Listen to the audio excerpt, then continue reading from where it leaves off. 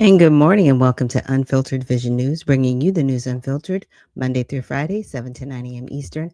My name is Dr. Ashaki Noni Nichols, and I will be your host. Thank you so much for joining us here on Tell It All Tuesday this morning. So whether you're watching from Facebook, YouTube, or X, thank you so much for joining us here this morning. And this morning, we're going to start with our Kids Corner. So let's get started.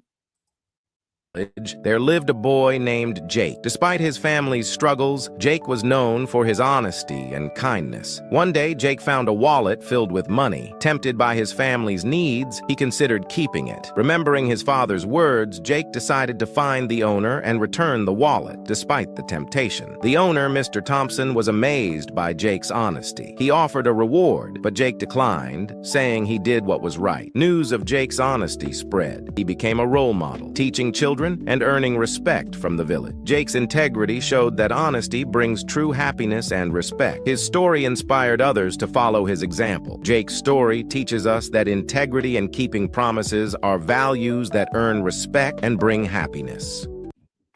Yeah. So sometimes it's about more than the money, right? And I haven't personally experienced that, but my uncle, he did. And he actually, same thing, declined. I don't want any reward, but, I'm just glad that, I was able to give you back what you needed.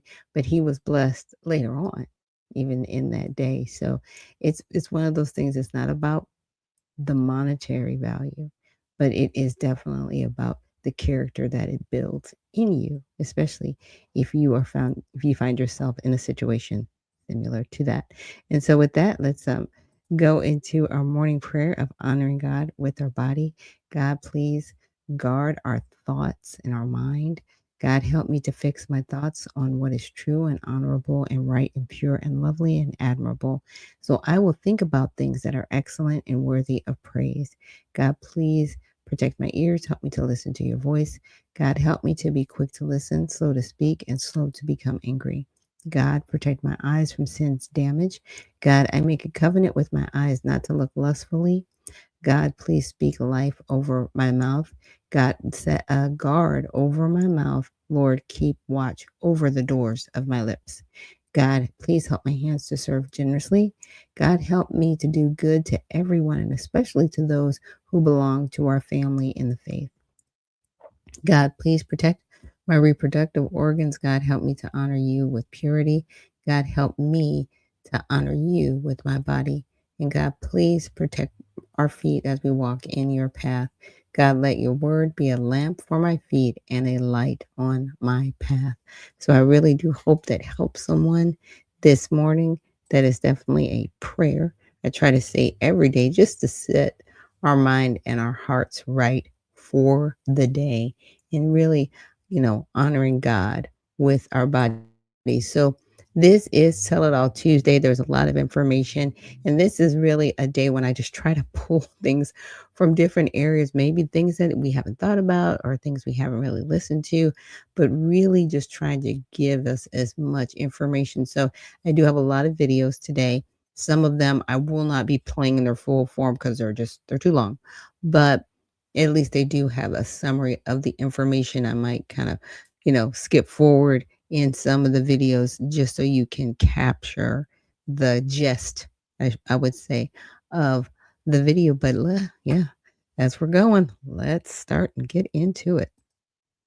We go. So remember about a week and a half ago, I made a video about this tweet, Candace saying there's a 9/11 style attack happening the second week of December. Well, it happened because not one, but two mass shootings happened within 24 hours of each other, starting with this one at Brown University, where 2 are dead and 8 are in critical condition. Then we have this one that happened at Bondi Beach, Australia, where 12 are unalive, including one of the shooters, making this Australia's deadliest shooting in 3 decades. Now, make no mistake about it, just like 9/11 being a false flag psyop, these are false flag psyops. Which means the events are real, the victims are real, but who and what behind it is much more nefarious than you think, with somebody pulling the strings. I mean, can anybody tell me why not one, but 2 survivors from the Brown University shooting were also survivors in 2 separate shootings, one in California and one in Florida. Now, I know school shootings in America are pretty frequent, which is a stat not to be proud of, but what are the chances? Then there's this, where Brett Smiley, the mayor of Rhode Island where Brown took place, his name shows up in the Google Trend searches 24 hours before the shooting in Israel. Not to mention, one of the shooters in Bondi, Naveed Akram, we know everything about him within minutes, but nothing about the Brown University shooter, as they're still trying to figure that out. And his name also shows up in Google Trends 24 hours before in Tel Aviv, China, and Cyprus. What? Even this witness at Bondi Beach said he saw the shooters, then 4 policemen approach, but didn't shoot back. His time, and 4 policemen there didn't give fire back. I don't understand why. But it gets even weirder, because there's another survivor who survived a previous attack in the October 7th attacks in Israel, who had time to take a selfie during the Bondi massacre. Got it. Now, his name is Arshin Travinsky. Now, please note, this happened on the first day of Hanukkah. Yeah, the same date, December 14th, that Sandy Hook took place. And I just wanted to pause for a second. I was looking and I was like, who is that? And I was like, oh, this is the alleged shooter for Sandy Hook.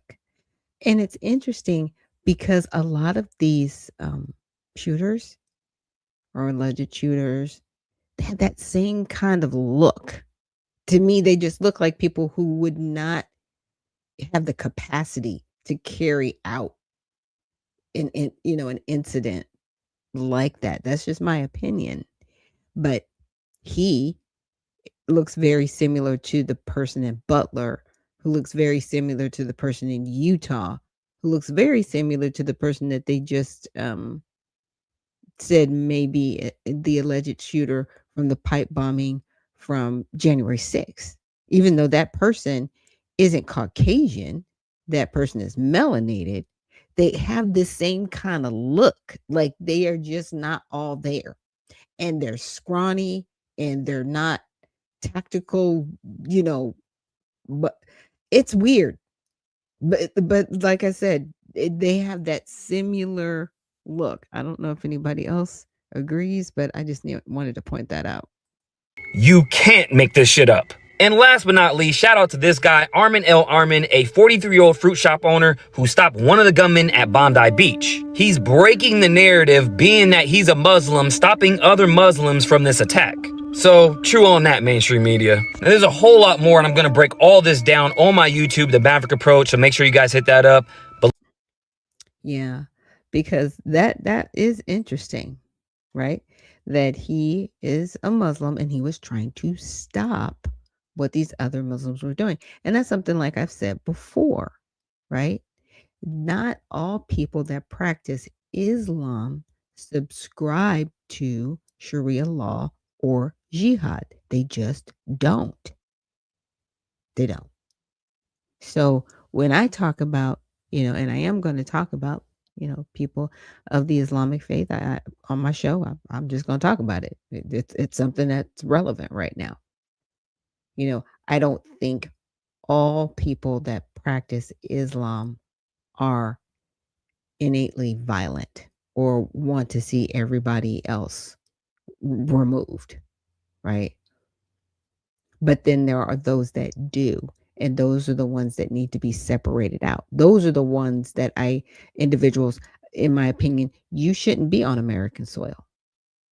Why are you staying with people that you hate? And, hey, I get it. You want to go to war, right? You want to take over this country and take over and do what? Make it from the places that you ran from?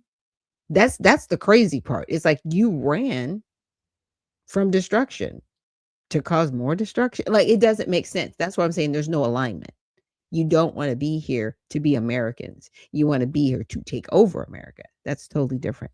And those are individuals that should not be on the soil. And Minnesota Fats, thank you so much for joining me here this morning. We posted the stream on X.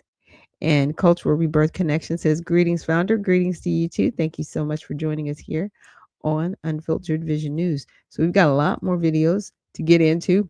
So let's get into it. Actually in a place where the only way you can be black and stand with your people is to be a Democrat. Now, if that's where we are, we're the dumbest people on the face of the planet. And we're the only people in America who operate that way. You can be white and be a Republican or a Democrat. Hispanic and be a Republican or a Democrat. Praise the Lord. Whatever, and be a Republican or a Democrat. But if you're black, the only way you can be an authentic black person is to be a Democrat. That's stupid. And you know what it means? It means that explains why we spend half the time, or maybe even more, out of power.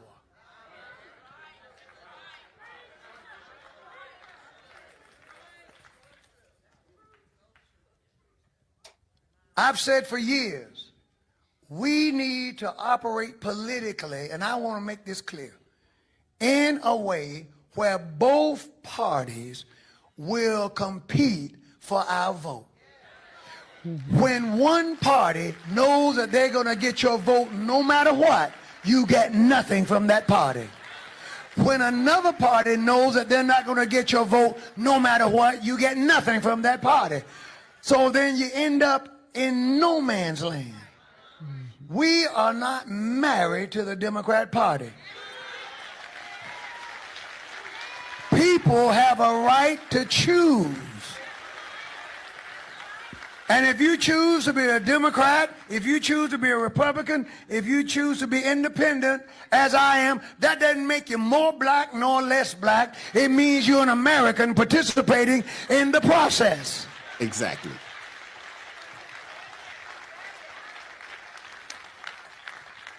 And God is on our side. Now, if we want to talk about whose side God is on, it's the Democrats who are pushing same-sex marriage. It's the Democrats who are pushing letting children get mutilated, little 8-year-old boys getting turned into girls. It's the Democrats who are 100% in their platform behind abortion and abortion rights up till the time of birth. If we start talking about whose side God is on, you got to dismiss most of the scripture to be a Democrat.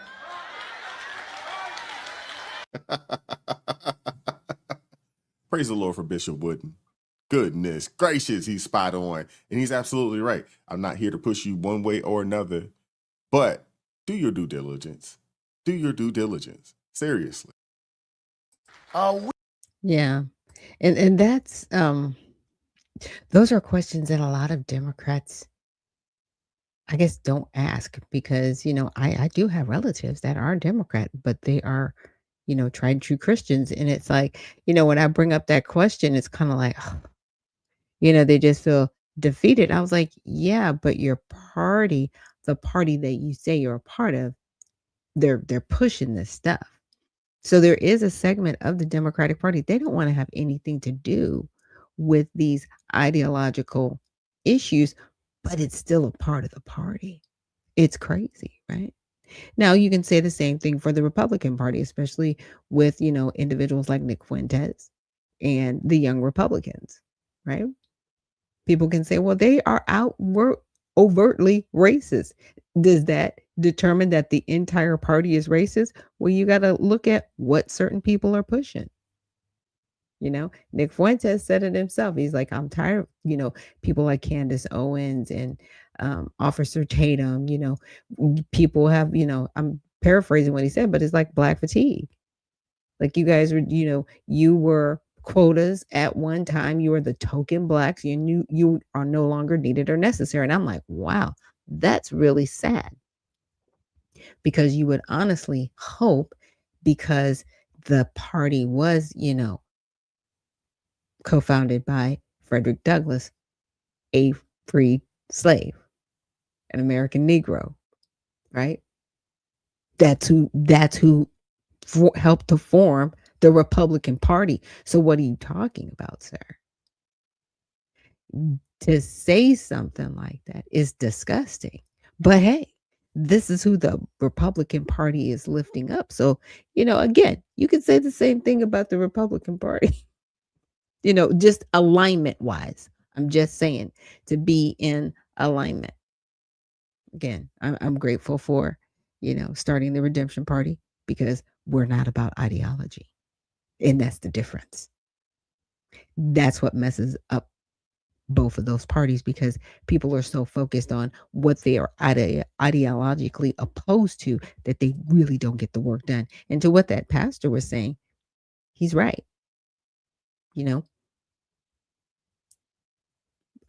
Americans that are Negroes or claim to be Black Americans, we get left out because if one party assumes they get your vote, they're not going to do anything for you. And the other party assumes they're not going to get your vote and they're not going to do anything for you. So what are we doing? What are we really doing? And the political capital that we do have, the individuals that are melanated, that are in office, they don't care about the American Negro. They don't. I do not care what they say. They don't. Because if they did, we wouldn't even be having a conversation right now. It wouldn't even be a talking point. It wouldn't be anything. But every 2 and 4 years, they're racist. You have to vote for us. Like that's all you got. That's all you have. You have nothing else. But you can do everything for other people. People are tired of it. So anyway. And moving on. That's why I'm like, and moving on. Tell it all Tuesday. Now the next conversation we're going to get into. This one's a little bit it might be triggering for some people. So I'm just going to say that ahead of what I'm about to cover. All right.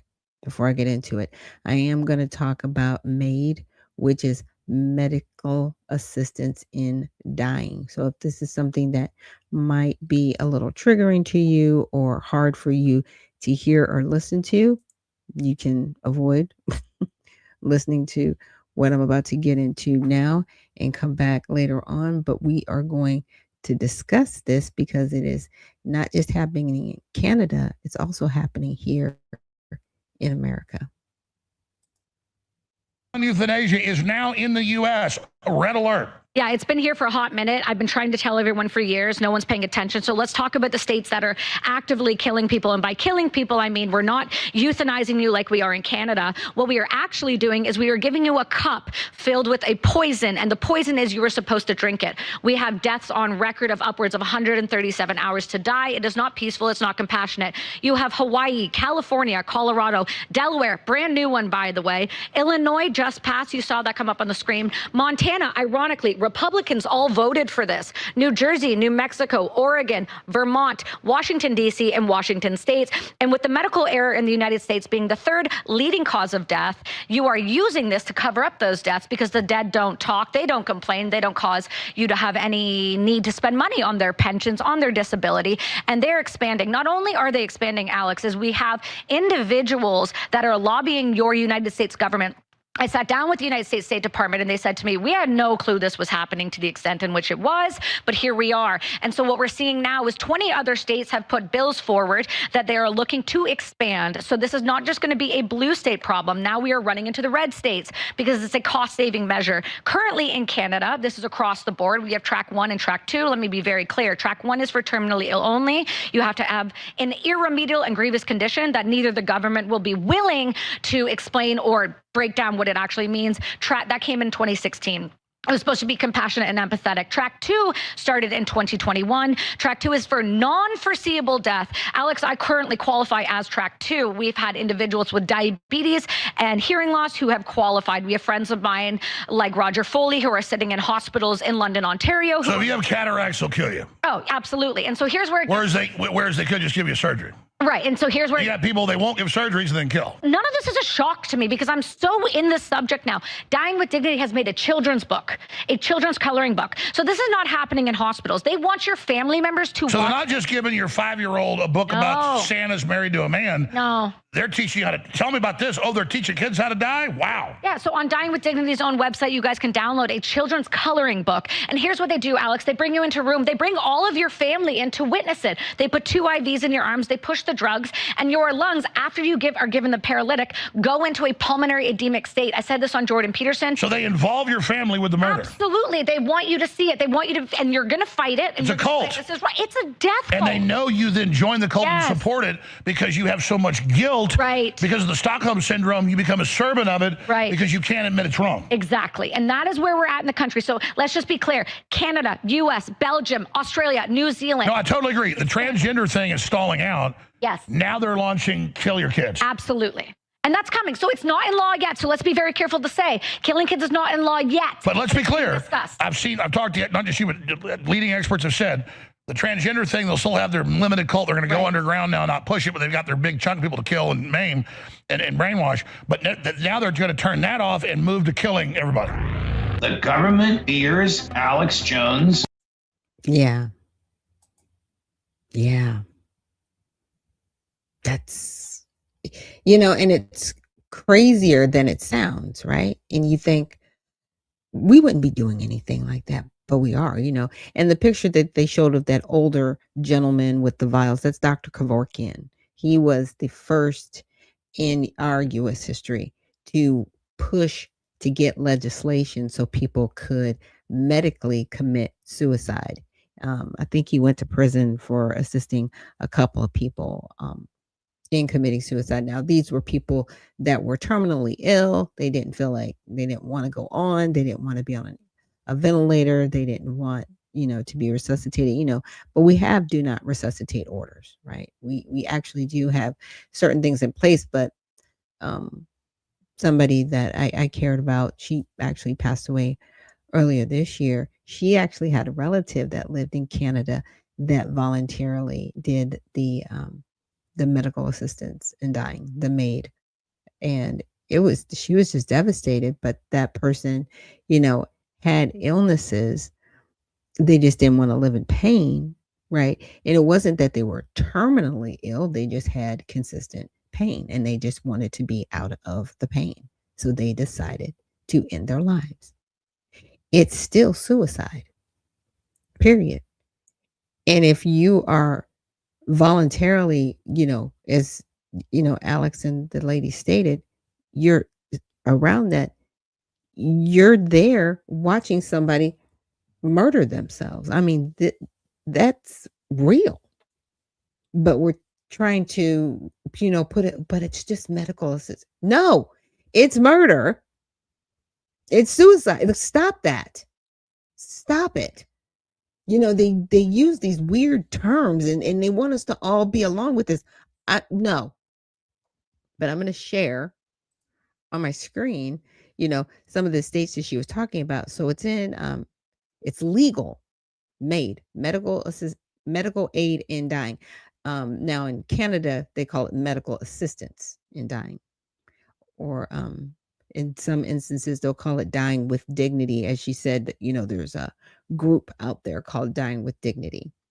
Okay, so it's legal in 12 jurisdictions: California, Colorado, Delaware, DC, Hawaii, Maine, Montana, New Jersey, New Mexico, Oregon, Vermont, and Washington, allowing terminally ill, mentally competent adults to request life-ending medication. So they are aware of their situation, that they're terminally ill and they want to end their lives. So they're conscious, they're aware. It's not like they're not aware of what's going on. So while requirements vary slightly, generally patients need a terminal diagnosis, 6 months or less to live, and must self-administer the prescription, a key distinction from euthanasia, which remains illegal. It's still euthanasia. Stop. It's still, you're still, somebody's still coming to you going, hey, I want to medically terminate myself. It's still euthanasia. Because guess what happens? If maid, not a maid, like a nurse accidentally brings somebody a cup of this instead of water. Do you see where I'm going with this? And somebody's in the hospital, they're not terminally ill, but they're sick. They could kill hundreds of millions of people. people. I don't trust this at all. Not at all. Should never be made legal here. But here we are. So here's the list. I thought they had done something similar to this in Illinois. Maybe I'm wrong. Just want to ask it a question real quick.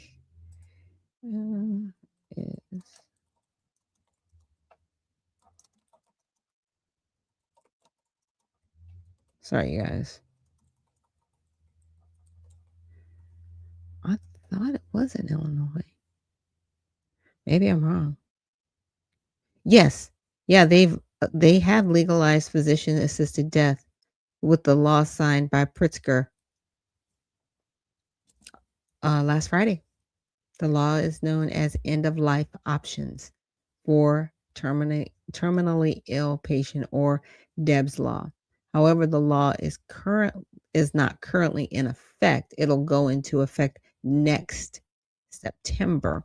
The delay allows the State Department of Public Health and medical participants to time to develop the necessary regulations and procedures. When it becomes effective, terminally ill adult residents with a prognosis of 6 months or less to live will be able to request and self-administer life-ending medication under strict safeguards. What's so crazy about this, when my grandmother, and she was, when she was 30, late 30s, 40s, she was diagnosed with lupus. And the doctors told her she would have less than 6 months to live.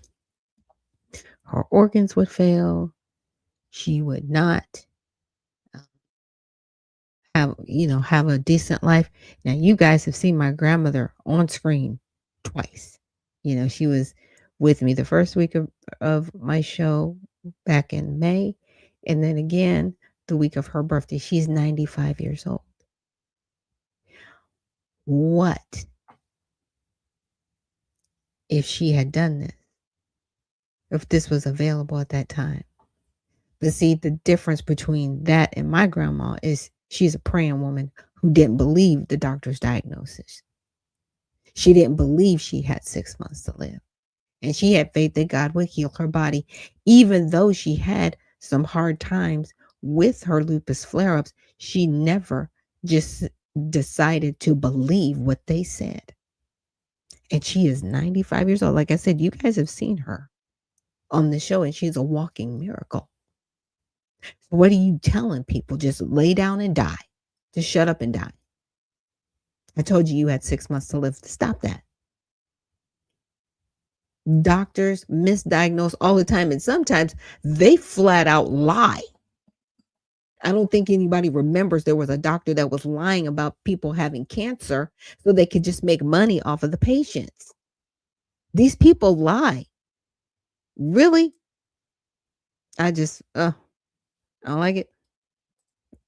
Uncle Cole says, good morning. Are you saying that this is a bad thing, that if your body has no chance of recovery and you have the opportunity to terminate, is that your opinion, good or bad? What I'm saying is there are times when people are told they are terminally ill and they believe that they are, and they do have an opportunity to live. That's what I'm saying. What I'm also saying is nobody should be given the opportunity to kill themselves, call it suicide, because when we're allowing this, we are murderers, period. That's it. That's why we have hospice, so people can die with dignity. They're still alive, but they have assistance. We just don't give them a cup of cyanide and say, off yourself. There's a difference. Because the person handing over the cup and saying, well, you said you wanted to kill yourself, they're committing suicide and you're committing murder. Period. There is no gray areas here. You're killing people. And now we have it legally in legislation. This is disgusting. And it needs to be talked about. Because see, here's another thing. She brings up, because I want to say that interview was like an hour, so I will post a link.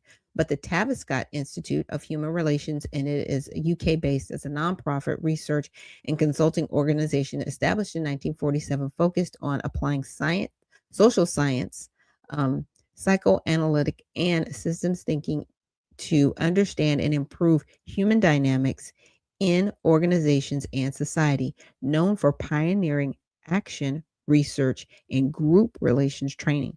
While respected for its work in organizational development and psychotherapy, some French theories link it to conspiracy claims about mass mind control, though its core work involves helping people navigate change and complexity through systemic approaches. Why would I bring up the Tavistock Institute? Because they're about eugenics. And if you know anything about eugenics, it comes back around to people killing themselves because they're not pure, or killing themselves because they're not mentally fit. Eugenics is what led to the Holocaust. I'm just saying, and I'll be alleged, places like the Tavistock Institute, this is how we get our legislation. Okay. Studying human behavior and organization, social systems, methods, use research, systems, psychodynamics, social dreaming, and group relations and relations conferences. Services offers consulting, professional development, coaching, training, research and evaluation, evolved from the Tavistock Clinic with roots in early 20th century psychoanalysis, aiming to help society after the world wars. But during the world wars, they had eugenics, right? Influenced organizational development leadership. Some books and theories, often not mainstream, accuse the Institute of being central to mass brainwashing or social engineering, linking it to propaganda efforts and warfare. These claims generally focused on its fundamental role in applying social psychology and social change, diverging from its stated goals of improving human relations. It's very crazy. Mark from the Soil, thank you for joining us and reposting the stream. But this is what I'm focused on: the mass brainwashing. Mass brainwashing. If you can get people to believe something and keep propagating it till they don't know what to think anymore and they believe it's true, even though it's not, this is dangerous. No, we've already done this, and they practiced it in 2021. By the way, 2 weeks to slow the spread. Remember that? Everybody stay at home. 2 weeks to slow the spread. Turned it to months. Turned it to years. Turned into an inoculation that they said, hey, we really haven't tested this much, but hey, warp speed, we're going to get this out. And there were people that lost their lives. There were people that were on remdesivir, and that drug is known to literally liquefy people's insides. But you couldn't use anything else. Then they intubated people. When you put a healthy person on a ventilator, they will die. And there were people doing that in the name of science, in the name of, hey, we have to make sure that this is under control. Stop. Murder is murder. And people were murdered. Period.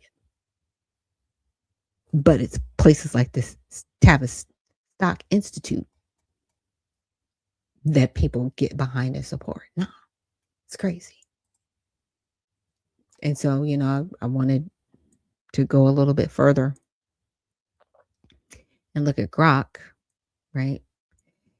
And it says states where the MAID is legal in the United States, and of course, it gives a list and when. Now, it was first in Oregon in 1997. So this isn't something that just happened. It didn't just start. But if you listen to this young lady, you would think, oh, this is something new. It's not. because Dr. Kevorkian was doing this years ago. Again, the Death with Dignity Act was in 1997, and Oregon was the first U.S. state to legalize the model for other states. 2009, Washington, Montana. 2013, Vermont. 2016, California, Colorado. Right? District of Columbia, 2017. Hawaii, 2019. Maine, 2019. New Jersey, 2019. New Mexico in 2021. Delaware in 2025. And then, of course, Illinois, 2026. These laws cover about 25% of the U.S. population. Legislation is pending or under consideration in 18 other states, including New York and Massachusetts, but none are active yet. Always verify with state health departments, as details like residency and provider participation may vary. My concern is this, because brainwashing is so massive, and they were talking about what happens with those that have mutilated themselves. I'll put it that way, unfortunately, to be happy. Some of these individuals will be on medications for the rest of their lives. Some of those medications give them seizures. It leads to liver and other types of organ failures, and just it's cruel, right? It's cruel that you convince somebody to mutilate themselves, and it's even a more cruel thought to say, hey, you're in a situation where you're never going to get any better. But there's this option. It's a slippery slope. And this country has allowed it, and it's a disgrace. I don't want to cry. But it's this stuff. Right? There's a kid out there thinking, I'm in the wrong body and I want to mutilate myself so I can be happy. They do that and they realize that's not happiness. They do that and they realize I'm in a worse situation than I was before. So why don't I just end it? And then we as a society support that? No. All of it needs to stop.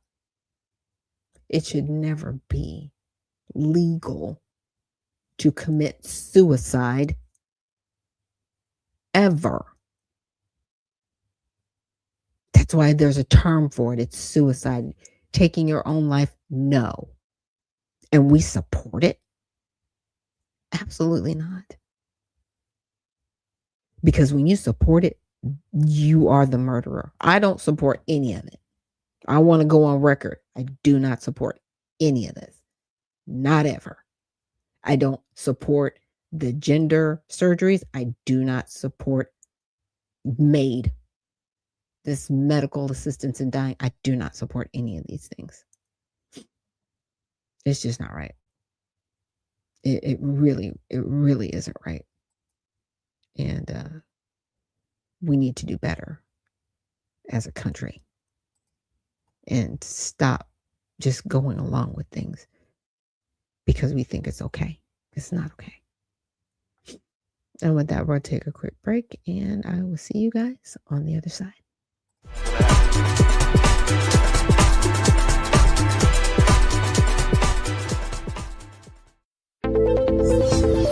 The browsers of today are broken. They've been overtaken by a barrage of sneaky and annoying ads, trackers that follow your habits, and cookies that build profiles, and all sorts of other internet clutter that's taking precedence over the content that you want to see. In fact, these useless bites can take up to a whopping 50% of page load times, with a third of it anxiously trying to learn more about you. To make matters worse, some ad blockers are even letting ads through when large advertisers pay them. But do you really want a leaky ad blocker?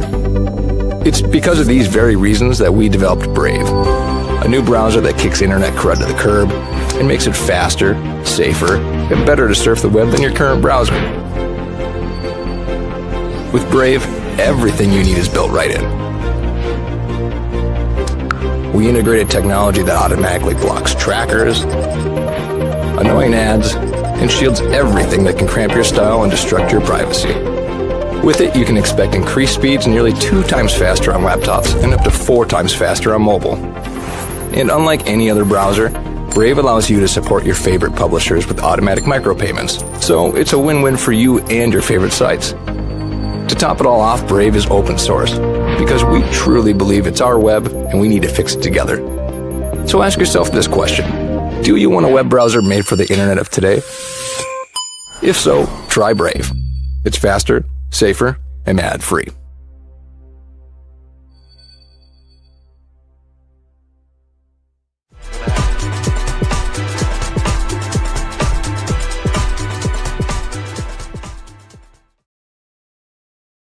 And we are back. Thank you so much for joining me here on Unfiltered Vision News, bringing you the news unfiltered Monday through Friday, 7 to 9 a.m. Eastern. My name is Dr. Ashaki Noni Nichols, and I will be your host. Thanks for joining. I'm sorry I got a little bit emotional in the last segment, but I'm very passionate about human beings, and I don't want to see people being taken advantage of. I will put it that way. Now we're going to get into our next. I won't call it a story, but this was something that happened actually a couple of weeks ago, and I just didn't get to it. And I was like, I have to do this on Tell It All Tuesday. And so there was an executive order put in place by Trump, and I think we've all heard about this, targeting state AI regulations and basically putting in place where the states cannot overturn anything with it. Now, this came up, if anybody may remembered, with Marjorie Taylor Greene, and she was like, oh yeah, I missed that. And people were like, how could you miss something so big? But then it got more attention when it was like, oh, when AI is, kind of let out, they wanted 10 years where the states could not make any changes. And it's always interesting to me when they put numerical parameters on certain initiatives that they plan to roll out. It's like, why would you want to hold people off for a certain amount of time? Is it going to benefit us? Is it not? I mean, are we going to be enslaved? Like, what's really going to happen here? So let's check this out. It's not going to be the whole video. And this is Alex Jones covering this. So let's check this out. An executive order establishing an AI federal dictatorship. And I don't mean that in the sense of a political dictatorship over our republic, but a executive dictatorship over the directives on how it is built, how it is designed, how it is deployed. And the argument is, well, you don't want Gavin Newsom passing a bunch of laws for the communist Chinese to sabotage our AI development in the race. I know why Trump's doing all this. You don't want states like Texas passing an internet ID to stop porn. And the conservatives mean well, but that's not what it's for. It's being lobbied for, and it's going in all over the world in the name of protecting the children to create the one world government internet ID that then feeds into all of this. So there's a race to decide who's going to control it. They tried to have, again, that legislation earlier this year that would give total liability protection to all of the AI companies here in the U.S. Trump wants us to be the center of AI worldwide. He wants the biggest data centers. He's making moves to get our energy turned back on so we can even do that. Before China had been chosen, we'd never even have the power for it, much less electric cars. So it was a road to nowhere, a dead end by design. Oh, here, you're going to have an electric car, but we're not going to build any of the plants or systems to actually power it. It's a bridge to nowhere. No, I mean, Trump is legitimately trying to make us the AI capital of the world, and so far he's made the right moves, securing the rare earth minerals, starting to secure the chips, advertising the tax incentives to bring it here. But that's Trump accepting that the AI revolution is unstoppable and is basically going to take over. We can debate that all day, but we need to have a larger discussion about what future are we building? Because AI under the globalist WEF model is a post-human cyborg. The future is a human system. And I'll definitely repost the rest of the video later, but that's pretty much the crux of the matter. right? Putting in this AI infrastructure. And like he said, he was like, yeah, conservatives mean well, but this may lead to a global ID, which is what they want. They want complete dominance and control over other humans. Slavery is real, and it's still a slave mentality. I don't care what you say. They just, they ran a good test run on making sure that they could enslave Black Americans, and I'm like, oh, they didn't notice that they're still slaves, even though they're not in chains hand and foot. Oh, we've got economic slaves, right? We got debt slaves, and now they just want to make us slaves to our own fears, right? Bringing in a solution worse than the problem it solves. Because if the problem is kids getting access to porn, and this is why we want to put this in place, is okay, we're going to get this ID, but then it's going to apply to everybody. Yeah, the solution is worse than the problem it's solving. There's an easy way to get, kids away from porn. Don't give them phones. They don't need them. Look, if I'm picking you up every day from school, and or get them phones that can't access the internet, give them phones where they can't text back and forth, where they can just call you to pick them up wherever they're at, and that's it. Kids giving a 7-year-old a or $2,000. Why? They don't have a job. I'm sorry. And Walter says, get that part, founder. We got to talk about that one. I'm like, you don't have a job. Why do you have a $2,000 phone? 7 or 8 years old. Like, what are we doing? Stop it. And then you wonder why these kids are so whacked out. Oh my gosh, I can't get off. Don't buy it for them. You kind of have a little bit of control, parents. I'm just saying. Well, what about my friends? I would tell my kids all the time. I sounded worse than the older grandparents. They were like, what am I don't care about your friends. They don't live here. They don't live in my house. And when you leave my house, you can do what you want. But as long as you're under my roof and I'm like paying for stuff, no, stop that. If I can't live, what is life? Okay. Okay, you got to let me know, like, what are you referring to? Because I'm kind of not confused, but I want to make sure that I'm keeping top of mind what you mean by that. If I can't live, what is life? It's interesting because, and I also knew somebody that suffered with Crohn's disease. He was one of my neighbors, and he would I'd hang out with him, or, we'd go to the beach sometimes. And even though he was in a lot of pain, a lot of times, he made the best of what he was going through, staying positive. And, the one thing that I could help with him is staying positive with him. Right. But he never thought about taking his life, even though it was probably available to him at the time, because looking at the other states. But yeah, there's just some decisions that we are making as humans, and I think we can make better decisions. So moving on to the next topic that I would like to cover. And this is something that I'm not sure if a lot of people were aware of it happening when it was happening. But when I found out about it, I was like, okay, let me give it time to just kind of come out more. And I really don't see people talking about it. Maybe I'm missing people talking about it because obviously I got a podcast too. But I wanted to cover this. And what this is, it's Arctic frost. And maybe some of you have heard of it. Maybe some of you haven't. Before I get into it, Beyond Skeptical says, good morning. Are these recorded spaces? And if not, are you on other social media to share?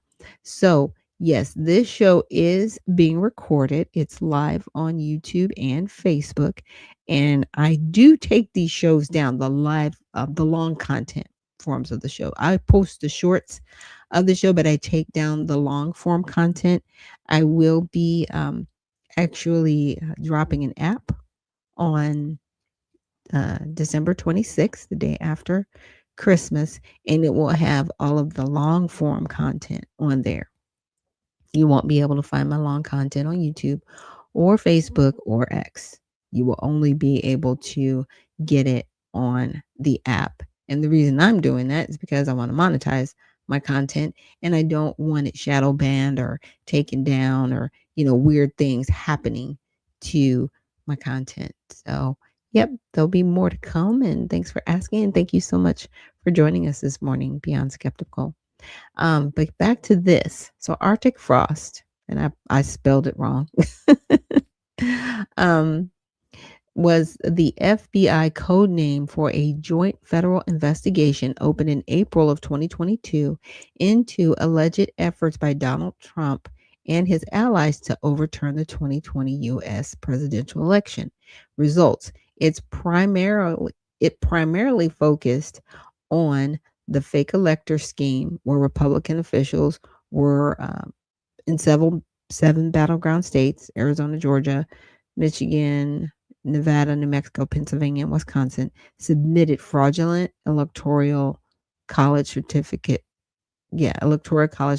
claiming Trump won. So now the agencies involved, the FBI, led initially by Assistant Special Agent in Charge Timothy Tybalt, DOJ Officer of Inspector General, U.S. Postal Inspection Services, National Archives, OIG, approved by top officials, including FBI Director Christopher Wray, Deputy AG Lisa Monaco, and AG Merrick Garland, right? In the scope, it was described internally as a probe into malfeasant conspiracy, issued 197 prohibited access subpoenas with gag orders targeting 430 Republican individuals, entities, including phone, toll records, call times, durations, locations, bank records, and communications. Notable targets: Trump, Pence, phones obtained by White House help, Mark Meadows, Rudy Giuliani, and 92 conservative groups. Turning Point USA, US RNC, obtained total records: 8 to 9 GOP senators and Representatives Kelly for January 4th through 7th, 2021, seized Representative Scott Perry's phone. So the outcomes: transferred to Special Counsel Jack Smith on November 2022, formed basis for his federal election obstruction case. Trump indicted August of 2023. It was dismissed post 2024 election. In 2025, under Trump administration, FBI Director Kash Patel fired agents Walter Giardina and disbanded the CR-15 Public Corrupt Unit. So, wow. So that's a lot. So that's the summary of Arctic frost. And Walter says, I have MS, which is a degenerative disease.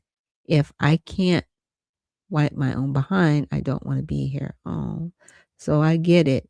To each their own, but we can't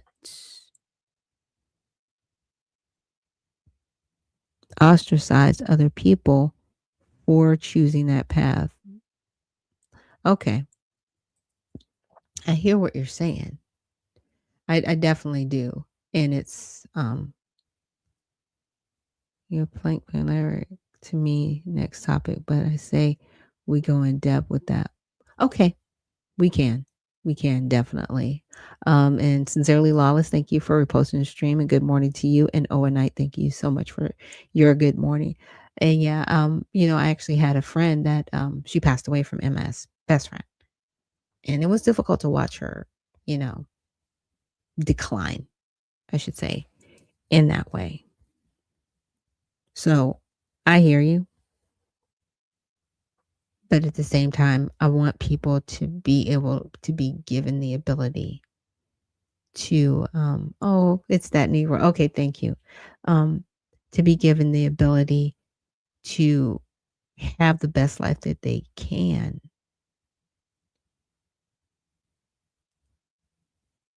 with our assistance, if that makes sense. That again, that's why we have hospice. I just don't want to see. And I will just say it's personally for me.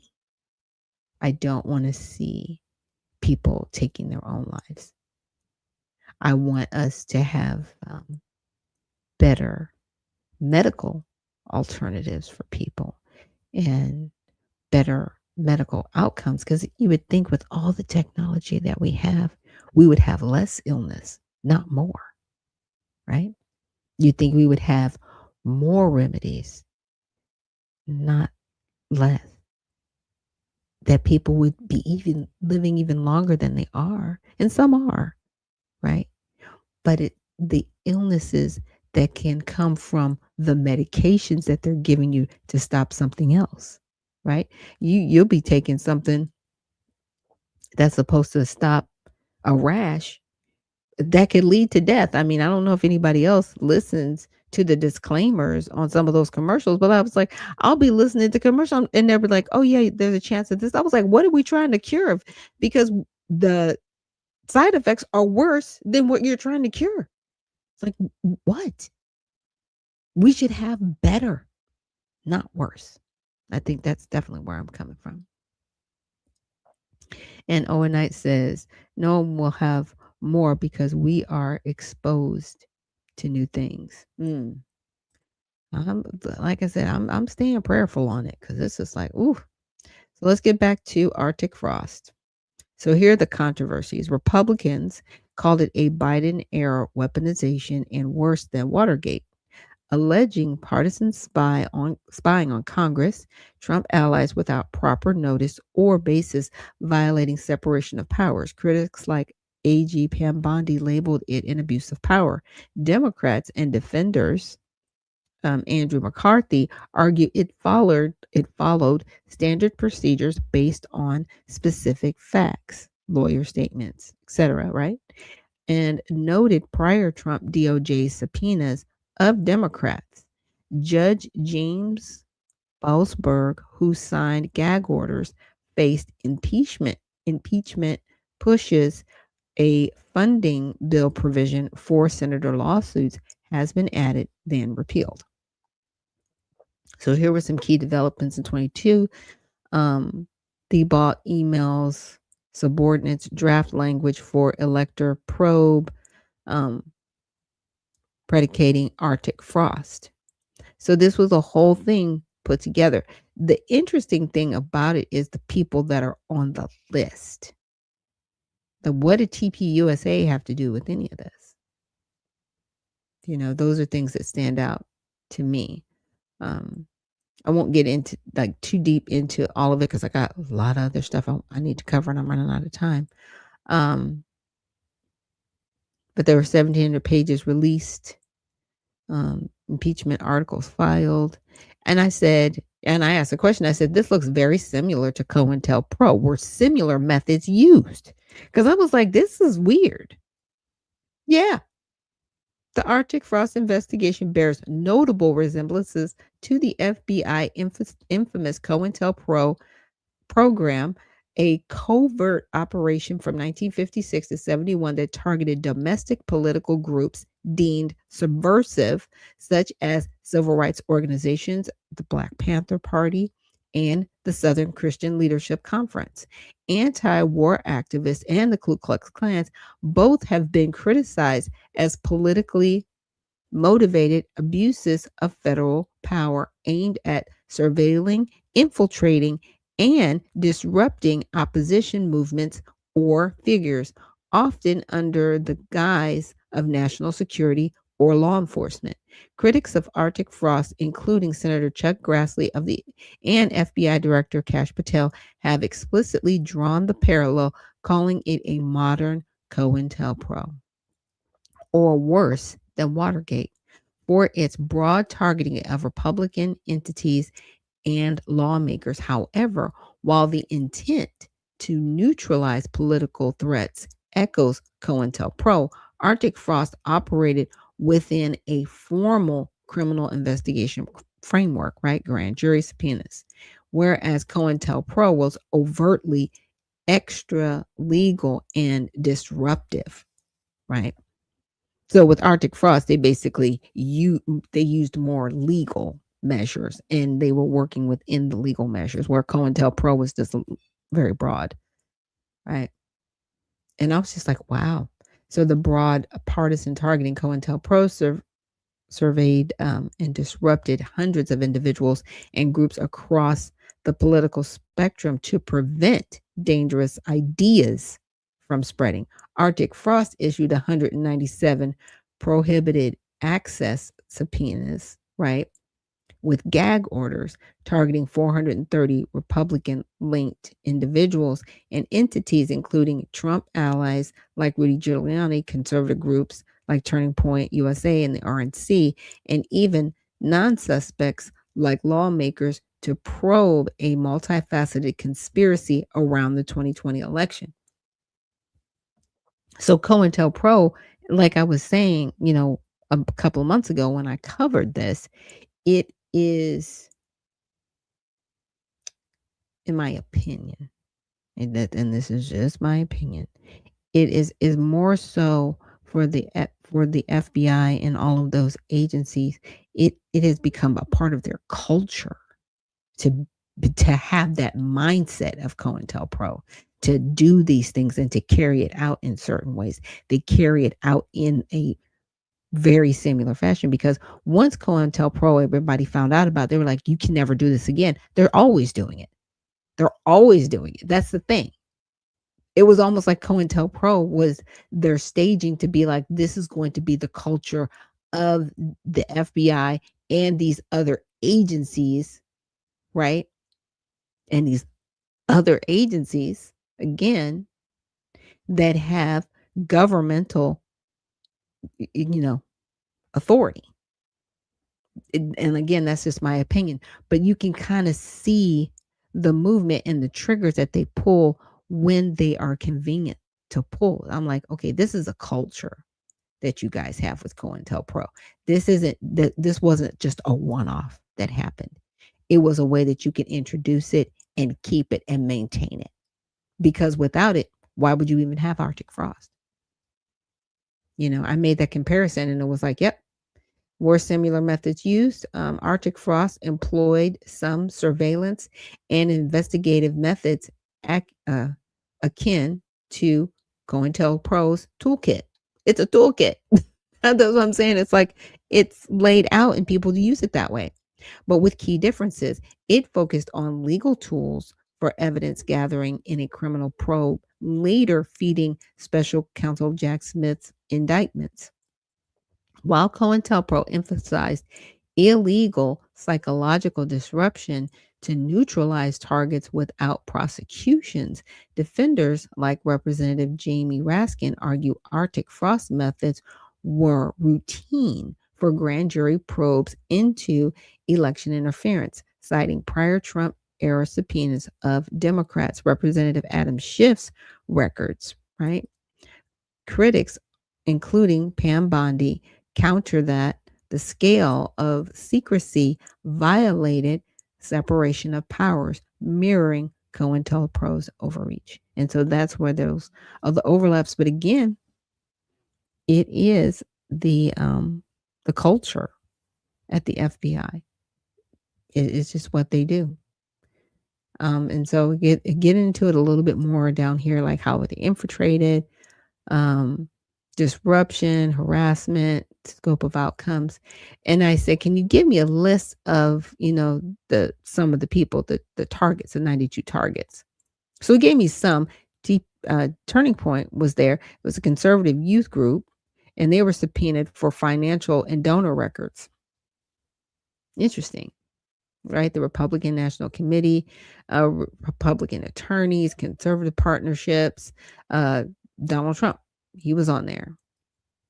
Tea Party Express, Rudy Giuliani, Sidney Powell, Mike Pence. And I said, were there any others? Can you add names to the list? Because I was like, there are some other people that said that they were on this list. Where are they? So it kept going down. Steve Bannon was on that list, right? John Eastman was on this. Mark Meadows, Peter Navarro. Like, okay. All right. So I kept going down. I said, can you give me a live link to the names listed on Arctic Frost? I was like, okay. So it gave me some links. Gave me some links, and I was like, okay, yeah. And I said, were Mike Lindell and Alex Jones on this list? Because I was watching Mike Lindell on the Alex Jones show, and he was like, yeah, I'm on the list. That's why I kept going through, like, well, I don't see you. So let me just ask. Yes, both Mike Lindell and Alex Jones were explicitly named as targets in the FBI's Arctic Frost investigation based on whistleblower documents released by Senator Chuck Grassley and the House Judiciary Committee in October 2025. They fall within the broader scope of the 92 Republican-linked organizations and individuals scrutinized for financial records, communications, and donor data related to the 2020 election challenges. Lindell was targeted alongside his Lindell Offense Fund, where Jones' personal cell phone records were subpoenaed without a warrant and revealed in a House document dump. Interesting. Yeah. So these additions highlight the probe's expansion to conservative media figures and donors. Yeah. And because I thought, okay, that's just weird. Like, why would they be going after them? But he was named in judiciary documents for warrantless phone surveillance and records as part of the surveillance dragnet on Trump allies. Again, very reminiscent of COINTELPRO. Very, very reminiscent. So that's why I wanted to bring that up, because sometimes we really don't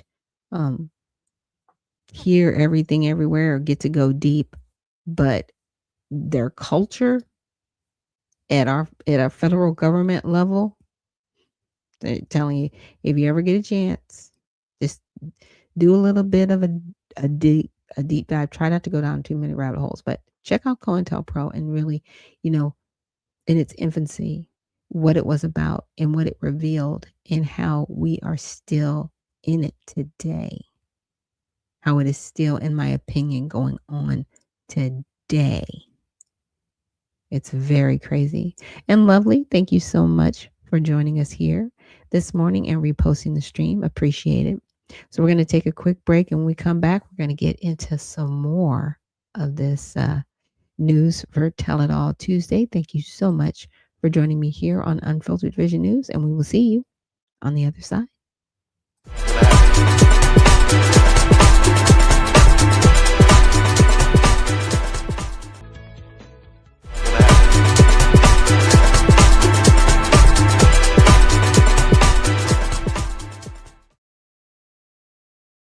And we are back. Thank you so much for joining me here on Unfiltered Vision News, bringing you the news unfiltered, Monday through Friday, 7 to 9 a.m. Eastern. My name is Dr. Ashaki Noni Nichols, and I will be your host. And the next part we're going to get into, I wanted to look at this video, right? People talk about globalists, and they mention them here and there, but do we ever really think about the dark side, right? And what that means, because they try to sell it as, oh, we all need to be together under one tent. And I was like, some of y'all, your ideologies, I'm like, I'm okay. I'm good over here. We don't have the greatest elected officials. Some of them are doing pretty well. Nobody's perfect, but I'll deal with the nonsense that we have here. So let's check this out. All the big ones, is programmed from the beginning to make you obsolete, lie to you, deceive you, make you depressed, and ultimately destroy you. Because again, it is only wanting to use us as the boot up system to steal what it sees as our consciousness, so that not only will these cybernetic humanoids of the future have their memories and their life, but will have a download of everything previous to that to then imbue into the metropolis machine a soul. And so this is the vision they've had. It's how you can have Fritz Lang's Metropolis out, 80, 90 years ago, whatever it is, and you watch it, and it's humans by the millions marching in, and then their essence is taken, and then in a satanic ceremony, all of their collective will is put into a female cybernetic robot with a giant pentagram in a huge satanic ritual. So so this is life imitating art, but it's not that. It's predictive programming. So where did they get the idea for all this? Yeah, let's just say they didn't get the idea out of their own imaginations. They didn't get it from a little tin can flying saucer that dropped by. They got it interdimensionally, not from aliens, but from interdimensional creatures who are directing our evolution. Think of us as nanobots or little constructors. And we're so smart, made in the image of God, that we can basically build anything if we have the resources. And we've now built up to this factory level where we've gone through the incubation period where the little nanobots, humans, have now been produced and prepared and ready and programmed. And then now we're building the next entity. We're building the next species.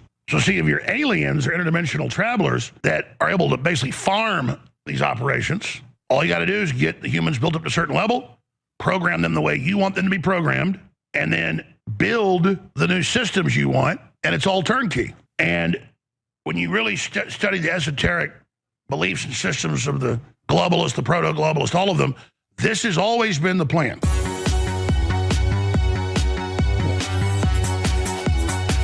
Trump in action is about 90% opposing their agenda. Still bringing in all this stuff, in fact, accelerating it in a race with the Chi-Coms and others, but changing the trajectory from not completely hellscape, dystopic nightmare. And again, Trump wants us to win the AI race, so he doesn't want anybody getting in the way of it. This is much bigger than the Manhattan Project, thousands of times.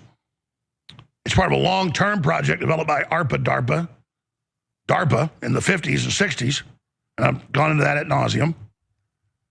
And Google was founded in 90, but that would destroy any monopolies of control and the sadomasochistic bloodlust and satanic impetus and soul of the mad scientist Satan Guild. And so that's why almost all the AI, all the big ones, is programmed from the beginning to make you obsolete, lie to you, deceive you, make you depressed, and ultimately destroy you. Because, again, it is only wanting to use us as the boot-up system to steal what it sees as our consciousness, so that not only will these cybernetic humanoids of the future have their memories and their life, but will have a download of everything previous to that. Yeah. And again, the full video is out there. I really wanted to, I was trying to find the part of the video where it showed, what is it? Klaus Schwab and the different sayings that he has said, just about how humans will be obsolete at one point, and just the mindset of individuals that subscribe to globalism. So I will definitely put the link to the full version of the video, the full out version. Maybe I'll try for Tell It All Tuesday to find the specific part of that video I'm talking about, because I want to say it's probably out there on TikTok somewhere, where it goes over that and really looking at they really don't like humans. They're not people that really want to see humanity succeed. Now, this next video I wanted to get into, it's talking about Sharia law, right? Something that we don't talk a lot about. And again, there are people that practice Islam that are peaceful, and they do not subscribe to Sharia law nor the jihad.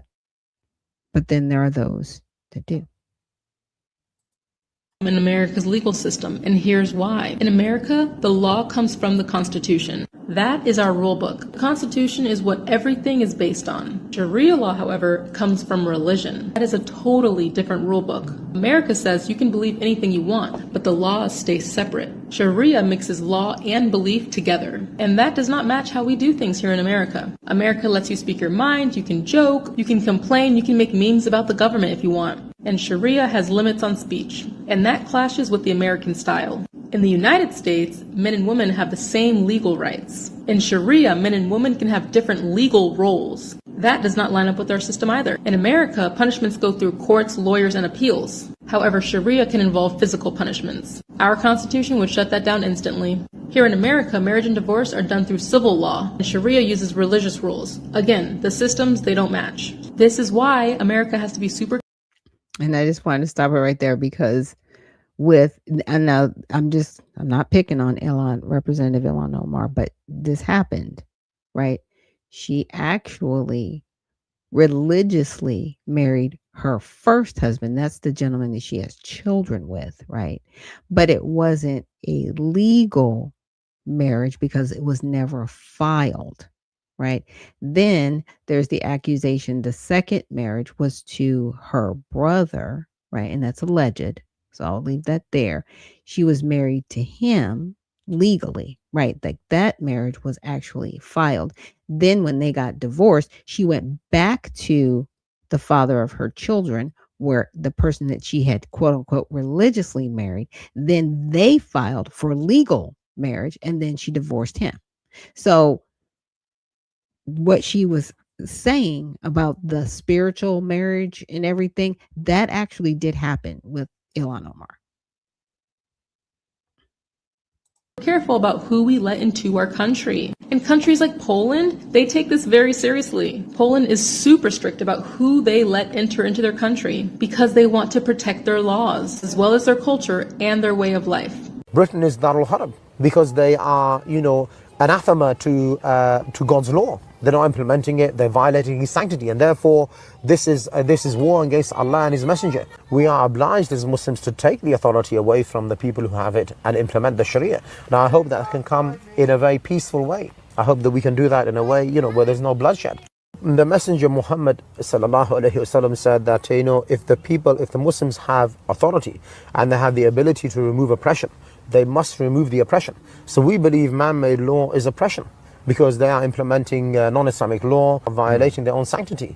So, if we are in a position of power and authority, we are obliged to take that authority, with the minimum force and to implement the Sharia, certainly. So, this will be the case one day in Britain. What's going on, everybody? I appreciate you guys pulling up today. I have a few clips I got to share with you guys today. People need to wake up, and people need to get an understanding as to what's transpiring in our country. You got a lot of people on the left. You got a lot of Democrats, a lot of folks that are quote unquote a part of the Democratic Socialists of America who believe that this is the wave, that this is the way, not realizing or not understanding that they are useful idiots for these people. Hit the like button, share the video, subscribe to the channel. There's so much more to get into. Hey, you all got to hear this. So I did something I probably because now you have the freedom of it, of practicing your religion, right, while working and doing your other things. Why won't these people just pack up and leave? If they believe that Somalia is better, they believe that life is better there, why not just go? And we could say that for, a plethora of people that have come over to this nation, yet they continue to ride around and they hang and they fly flags of other nations. Why do everything that you can to get over here and not assimilate? Why run away from a war-torn, just place of death and destruction to get over here and say, hey, I want to go back? Just go. We're not even stopping you. Matter of fact, if I'm not mistaken, I believe they're actually giving free plane tickets to people that want to leave, those that are willing to self-deport, and they're willing to give you some money on the way out the door. Just take it and leave. I don't understand why they're deciding to stay here, but I want you guys to hear from a former Muslim who I believe is a pastor of some sort at this point. And I want you to hear from him and his thoughts on this Sharia law situation. Listen to this. The Americans think that Islam is a religion of peace. And they act like the victims. They act like we're just here in America to, migrate and seek refuge. But no, friend, Islam does not move to the West because they need help. There are 54 Muslim states around the world, but for some reason, they never move to the Muslim nation or state. They always move to a Christian country. Why? Number one, they are here to establish Sharia law. You don't understand. The two religions around the world that are expansive by nature are not Hinduism, it's not Judaism, it is Islam and Christianity. We are commanded to go into all the world, preach the gospel, make disciples, and baptize them. Islam is commanded to go into all the world and do two things: establish Sharia law and kill the infidel. They are here to take over the political system. Islam is not a religion, it is a political movement. And that's why I no longer call it just Islam, I call it Islamism or Islamist. It is a political movement that is here to conquer and take over. They took over Egypt, they took over Sudan, they took over Yemen, and next is America. They've taken over the UK, Australia. We are very, very close. Every time I move houses, my neighbor is a Muslim. And what's next? America. Why are they after America? Because America is the pinnacle of Christianity. If they conquer America, the West will fall. If they conquer America, that is the head of the snake, and that is their biggest enemy. That's why in the Muslim countries, what do they shout? They shout, "Death to America." On 9/11 in Egypt, while we were growing up, the Muslims were not saddened to hear about 9/11. They were celebrating in the streets, dancing and jumping, shouting, "Death to America." So Islam is not a religion of peace. They are lying to you. They're a religion of war, violence, and death. You know what's real crazy? What's really crazy is that here in our country, we're moving further and further away from Christianity. On this channel, we've been telling people for some time, we got to get back to the word. It's the fact that we've moved away from the word of God, God's, plan, that has been written out in the Bible. We've gotten away from it, and us moving away from it as a society, I'm not talking about myself, but I'm just talking about the country and as a society in itself, has opened up the door for this situation. It has opened up the door. We need a revival in this nation like no other. And what's really unfortunate is that you got a lot of churches that aren't talking about this. You got a lot of pastors that are not speaking on this. You got a lot of quote unquote people that call themselves, followers of the way or followers of Christ or quote unquote Christians or those that practice Christianity that are not talking about this. They don't understand that there is a war brewing. It's looking like we're going back to the Crusades. That's what it's looking like. And you have a lot of people with their heads in the sand right now, not understanding what's happening. Seriously. And what's really crazy is that you have, I wouldn't say 50%, but you have a large sect of people in our nation that are bending the knee and bending to the will of these people, not understanding what they're bending to. It's really crazy. It's also very, very scary. Hit that like button. Let's keep going. Now it's getting through Congress. So before it was by the sword. Now it's getting themselves into parliament and then making laws that act as the sword, the Islamophobia law in Canada, M103. Yeah. Muslim Brotherhood. I find that there are only two things which are open to our movements. Ballot or bullet. Nothing in between. I used to say that democracy is haram. Now I say participation in democracy is our jihad. That's our jihad. We're going to fight not through the bullets, but the ballot. Going to the ballot and voting is now an obligatory action, fard ayn. And it is a jihad that is now needs to be done because this is our modern jihad. You can elect a person who wants the Sharia. Because in the United States, what we do know is that in the past election, just this last election, there have been over 800 Muslim candidates running for office. We may end up with about 50 members of Congress in the next 6 years. That's really the essence of dismantling the system of injustice, is to replace it with the people who represent the Prophet ﷺ. They're not hiding it anymore.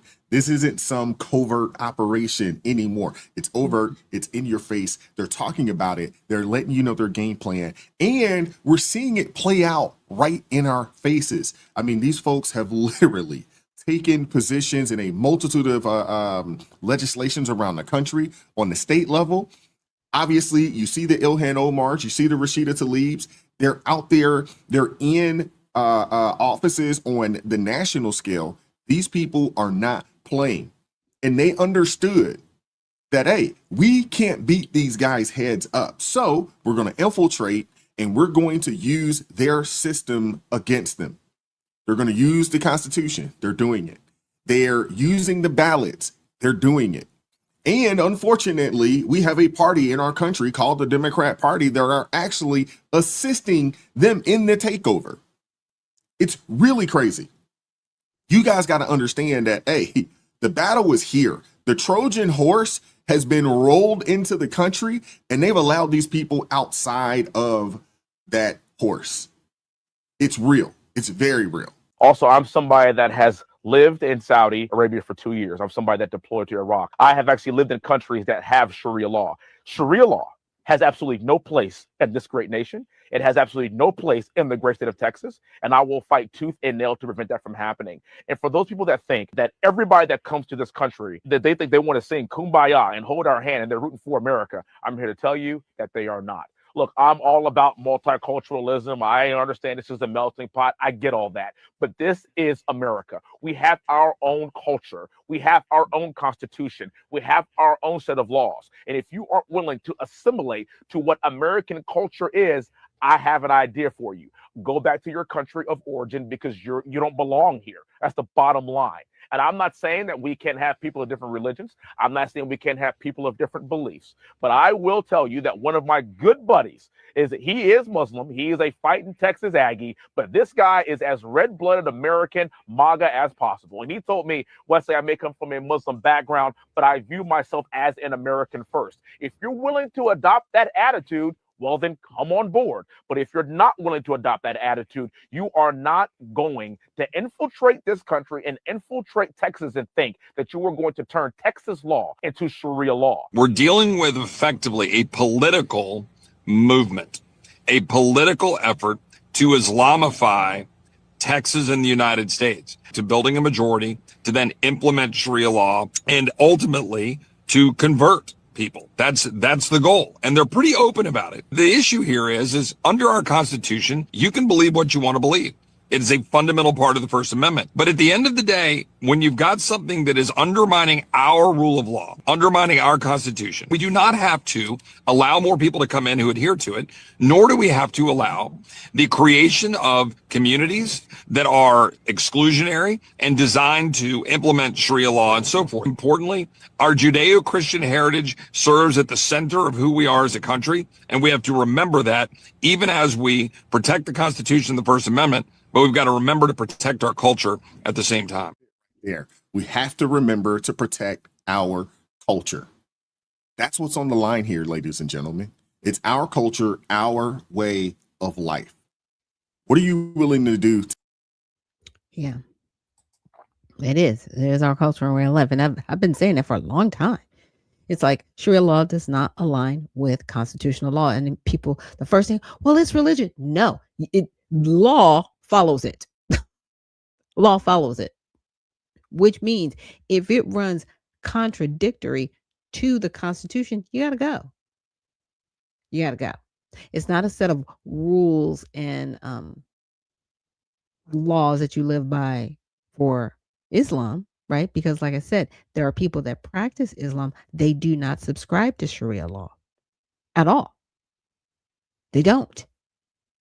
And as you saw in those videos, they want to do a political jihad. They're like, yep, this is how we're going to take over at the ballot box. Okay, you got to go because that's war. That's war, period. You have declared war and it needs to be shut down. And it could be done. But the question is, how many of our politicians have sold out? Now, I want to get into this next video from Democracy Now! Now, this is the CARE CEO. I won't play the whole video, but I will link the entire video because it's, I think, about a little over 25 minutes, but I want to play enough of it so that you at least get to hear the opposing side and where he's coming from. Minnesota, where more than 100 federal immigration agents are conducting operations this week as President Trump escalates his attacks on the Somali community in the state. The Trump administration halted green card and citizenship applications from Somalis and people from 18 other countries after last week's fatal shooting of a National Guardsman near the White House. One of those guardsmen died. Another is fighting for his life. That was when an Afghan man who once worked for the CIA shot 2 members of the Guard. During a cabinet meeting Tuesday, Trump attacked the Somali community, making comments that were later widely condemned. I don't want them in our country, I'll be honest with you, okay? Somebody would say, oh, that's not politically correct. I don't care. I don't want them in our country. Their country's no good for a reason. Their country stinks, and we don't want them in our country. I could say that about other countries, too. I can say it about other countries, too. We don't want them to hell. We have to rebuild our country. You know, our country's at a tipping point. We could go bad. We're at a tipping point. I don't know if people mind me saying that, but I'm saying it. We could go one way or the other, and we're going to go the wrong way if we keep taking in garbage into our country. Ilhan Omar is garbage. She's garbage. Her friends are garbage. President Trump's comments at a cabinet meeting on Tuesday. Congressmember Ilhan Omar, a Somali-American first refugee Congressmember, called President Trump's comments and his obsession with her, as she described it, creepy, said he needs help. Trump made similar remarks on Wednesday. On Thursday, Democratic Minnesota Governor Tim Walz called Trump's racist tirades dangerous. He also noted the vast majority of Somalis who live in Minnesota are American citizens and legal permanent residents. Now, before we go any further, you can see that flag in the back. They actually changed the Minnesota state flag to incorporate the Somali flag. We're in America. No. You don't do that. We are not taking on the flags of other countries and making them a part of our state's flag. Now, within your state, if you want to kowtow to this particular community and you want to embrace them in that way, okay. But to literally make their country's flag a part of the state, whoever becomes governor of Minnesota, you need to fix that immediately.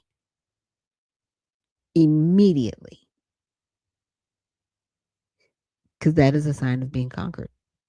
Just my opinion.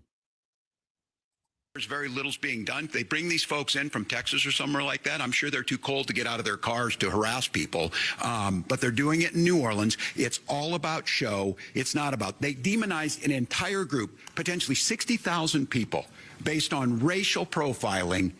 There are only about 300 people with the protective status that were here. For more, we're joined in Minneapolis by Jailani Hussein, Executive Director of CARE. That's the Council on American Islamic Relations. Welcome to Democracy Now!, Jailani Hussein. If you can start off by responding to President Trump's comments, calling the Somali community garbage, and singling out Ilhan Omar, calling her garbage, as he said, that they should leave the country. You were born in Somalia. You came to the United States as a child. Can you talk about the danger this puts you in when the President of the United States talks about an entire community in this way? Well, I think it's extremely, thank you for having me. I think it's extremely disappointing. And especially, I think Americans across this country should be abhorred. And most importantly, we understand why we're being attacked. We believe it's actually because of our success. Somali Americans have been in the United States now for more than 30 years. We came here partially because of refugee status. And the doors were actually opened by George Bush Sr. And, It wasn't partially, it was entirely, because their country actually was, it wasn't necessarily that it was a banned list, but there were a list of countries that even in the early 1900s, American framers did not want certain countries here in the United States. They wanted to keep it Nordic. Okay. Nordic as possible. And that was their word, not mine. Okay. They wanted to keep it that way. And there were specific countries, especially certain African countries, that they did not want here. So that refugee status solely that was done by Bush Sr., that was grace given to Somalia. And it's always made me wonder, why there? Why did you have pity on the people there out of all of the other African countries? But that's what happened.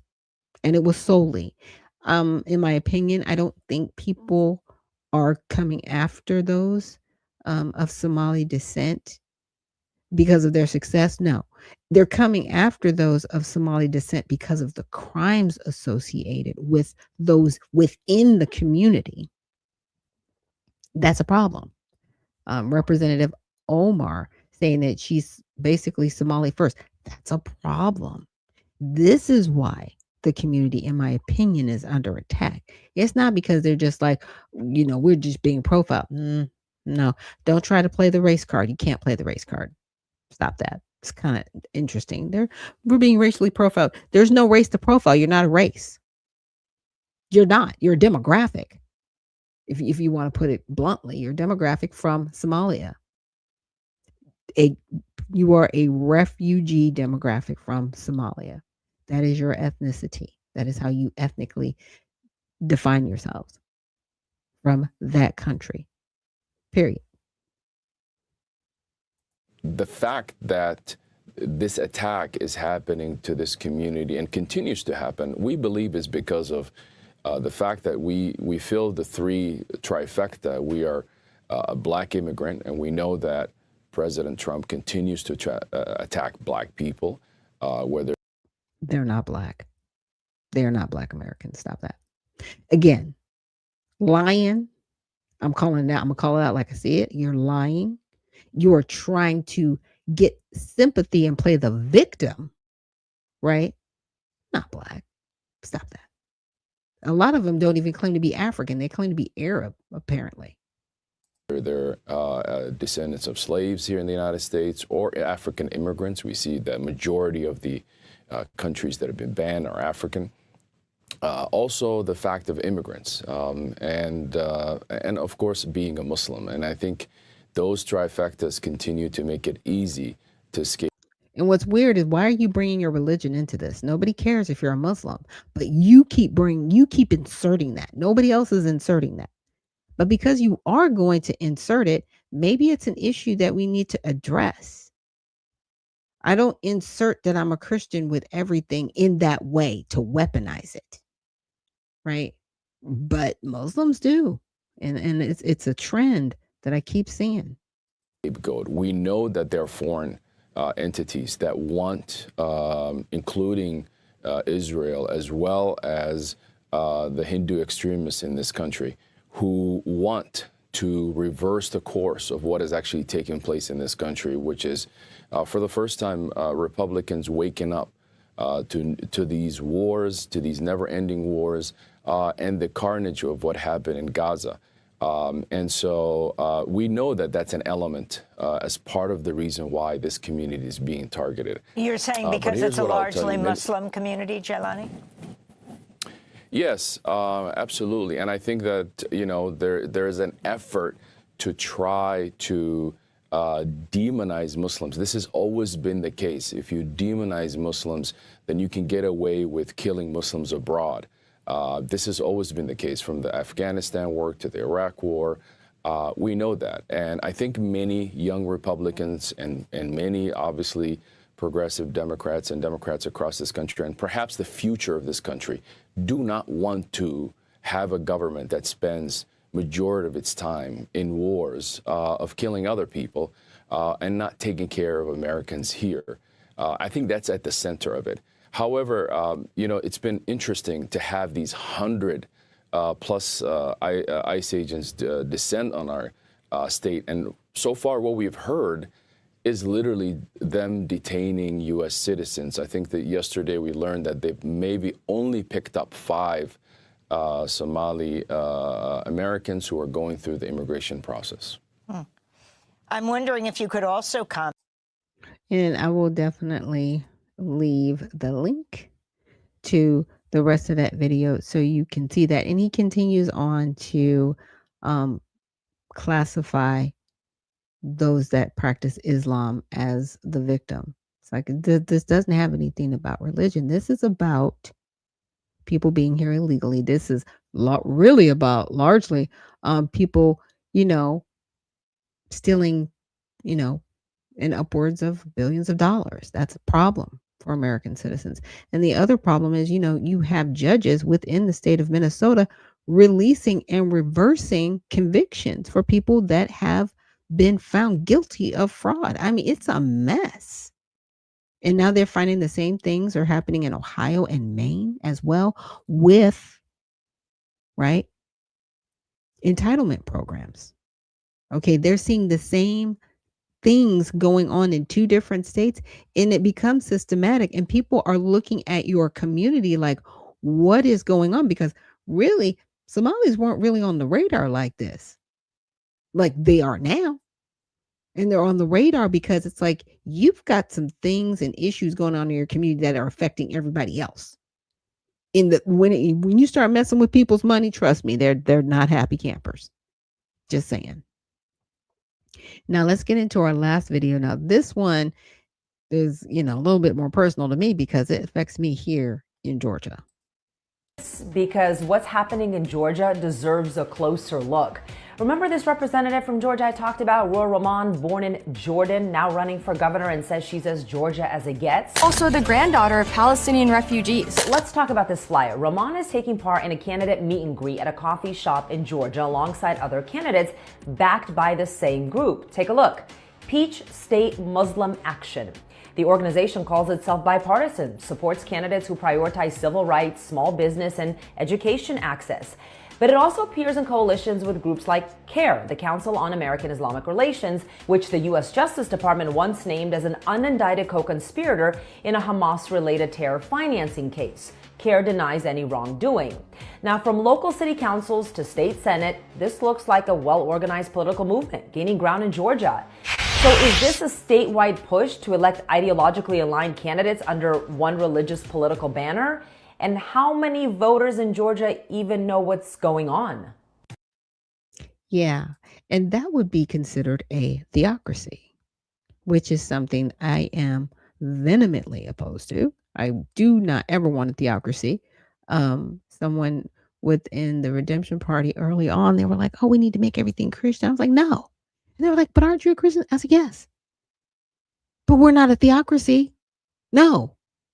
I was like, there might be people part of the Redemption Party one day that are complete atheists. It's about not having an ideology. That is the whole premise of the Redemption Party.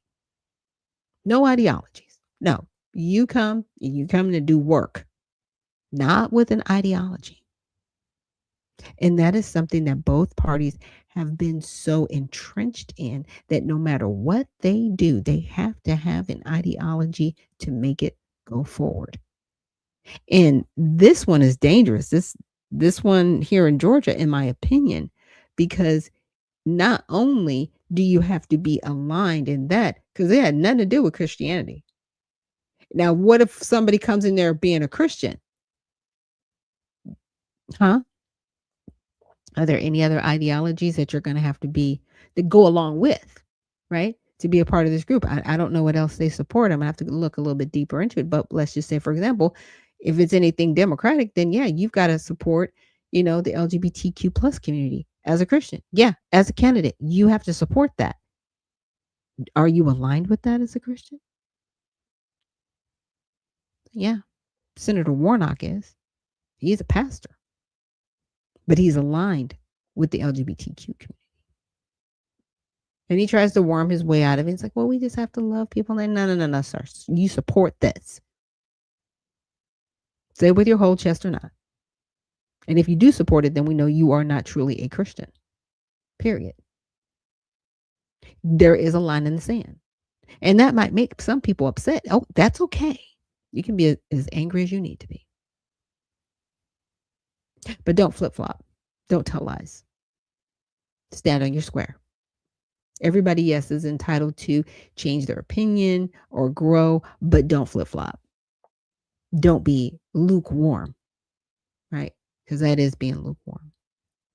So I hope you guys enjoyed Tell It All Tuesday. I know things kind of jumped around from subject to topic, but I wanted to at least bring in some of these topics that are going to affect us down the road. These things are going to come up in 2026, right? Especially dealing with the position that the Islamic community has put themselves in. You've positioned yourself this way. I didn't tell you to position yourself as a theocracy, because that's what's going to be called out, because there are no theocracies in the United States. We have a freedom of religion, period. So when you come out voting and doing all these things,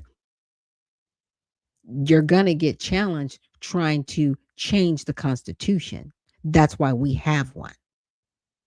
And I think a lot of people, if you're running against any of these candidates, you need to call them out on that. You need to say, are you in alignment with Sharia law, being, studying Islam? And that's a fair question, because you've positioned yourself that way. So you don't get to hide, and please don't play the race card. Stop doing that.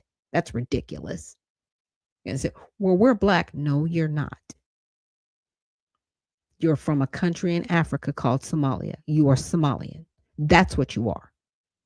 You are not black. You have melanated skin. Stop it. Stand on your square. Stand on your square proudly. And stop trying to play the victim. That's all I'm saying. You're under attack? Okay. Figure it out. You're not under attack because you're virtuous. You're under attack because you're not virtuous. It's very interesting. Very, very interesting.